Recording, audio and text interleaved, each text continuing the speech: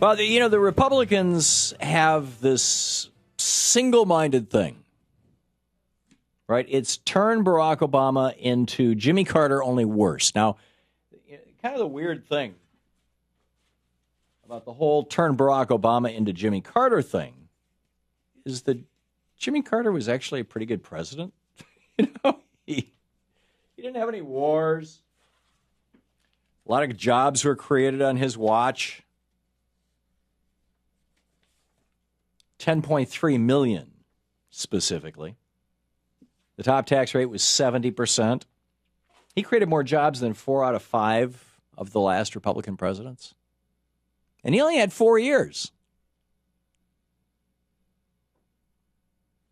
But there has been the Reagan legacy campaign.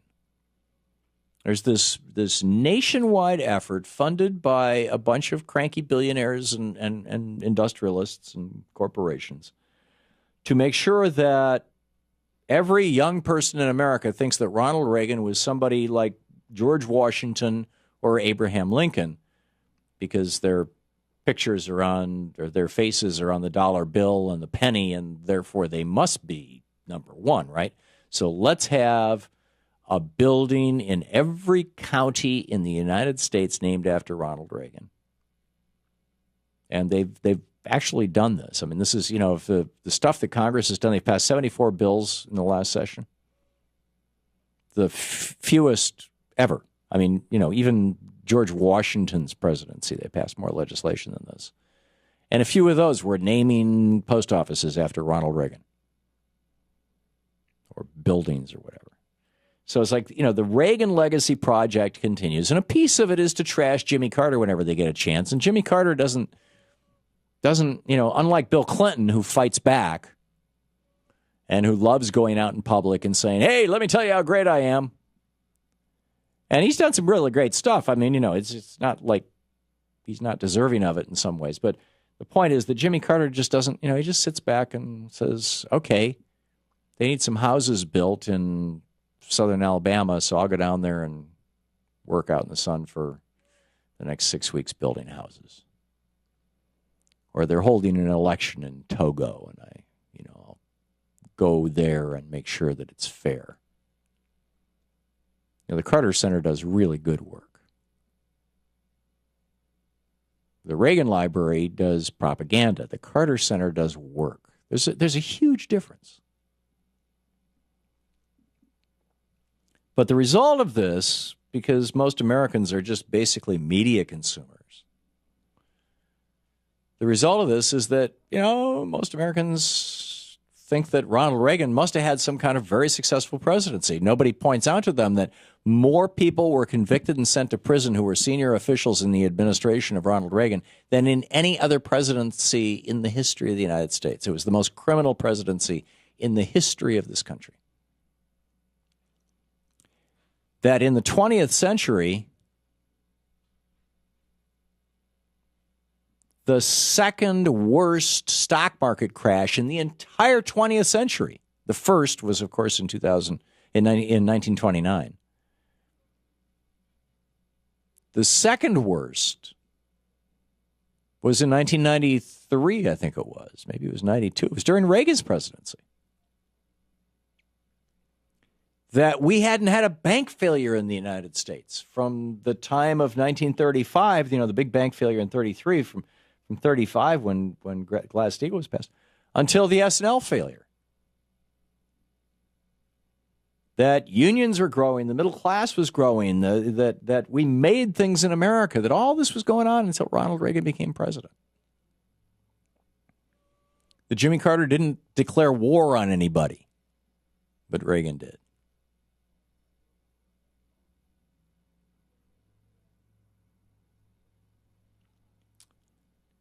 So there's this effort, this really serious effort on the part of Republicans. I'm a block away from the Ronald Reagan Republican headquarters building.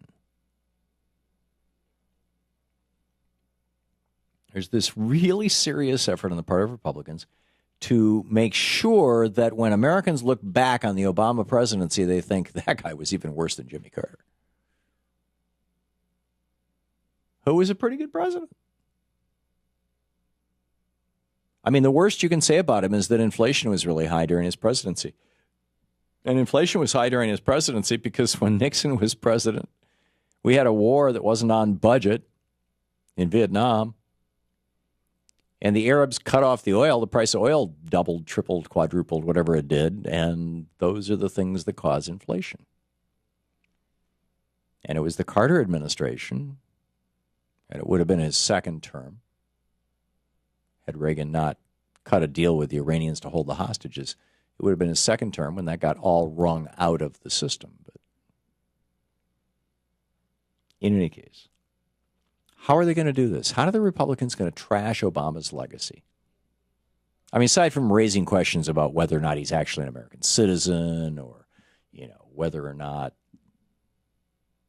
he's a socialist, or whether he's a Muslim, or, all that stuff is going to stick to the fringes. But, what about the stuff that goes down the mainstream? The mainstream is going to be his legislative accomplishments. People look back, what was Reagan's signature legislative accomplishment? He tripled our national debt by spending $1 trillion on Star Wars. Now, the Republicans don't like to talk about that much because it didn't work.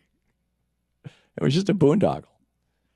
It did put some people to work, though. I mean, he spent money like crazy, and it got us out of the recession that he created when he cut taxes. So what are they doing to destroy the Obama presidency? Well, they're trying to destroy Obamacare. And there's just this amazing graphic that came out of the research. You can see it over at TPM, Talking Points memo, the price of GOP sabotage, Obamacare sabotage in one chart. Although they're reporting on it. They're not the original source.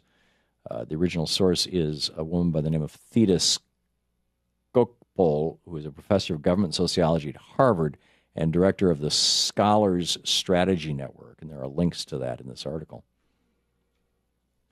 And basically what you see is that the 14 states where they said, yes, we'll take the Medicare expansion, and yes, we will create our own exchange. Those 14 states are about halfway to full enrollment. 42.9% with regard to Medicaid enrollment, and 37.2% with regard to signing up on the exchange. They're about halfway there, which is really good. I mean, it's better than Romney Care was. But when you look at the just say no states, the 23 states who refuse to expand Medicare and refuse to officially cooperate on the exchanges, 1.5%. 42% full go states, just say no states, 1.5%. And then there's some states that are in the middle. They'll take the Medicare, but they won't do an exchange. They'll do an exchange, but they won't take the Medicare. Excuse me. They're all running between 3 and 15%. So basically, you got to do it the way that the law was written. But John Roberts in the Supreme Court said, no, you don't have to do it the way the law is written. You can do it any way you damn well please. And so in those states where there's a lot of Republicans, it gets sabotaged. And this Republican sabotage is causing us to now have two Americas with regard to health care. You got an America where the state is going, yeah, cool, we'll implement Obamacare, and people are getting covered. And you got states run by Republicans where they're saying, no, we don't want anybody to think of Barack Obama as good. And people are not getting covered. This is the Thom Hartmann Program. I mean, 1.5%, nothing to brag about. It means 98.5% of your citizens are screwed.